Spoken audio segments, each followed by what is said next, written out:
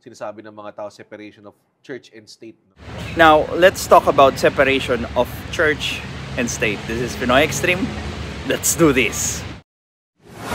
This is Pinoy Extreme. Ano bang totoong definition kung paano na-separate ang church and state? Nakakatuwa yung phrase ng tanong niya. Ano ba ang totoong definition?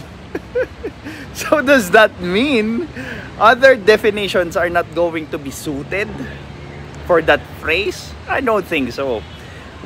What's going to happen is magiging bias ka doon sa ini-interview mo. Kasi nga, hiningi mo yung totoong meaning ng separation of church and state without even considering kung yung isasagot ba ng ini-interview mo pabor doon sa tanong mo.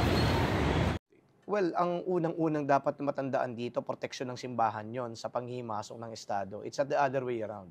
Ang publiko, ganun ang tingin nila. Yes. Proteksyon daw ng Estado sa panghihimasok ng simbahan. Unang-una, yung simbahan hindi naman nanghihimasok Ang simbahan naman nagsasalita lang. Kalokohan naman yon.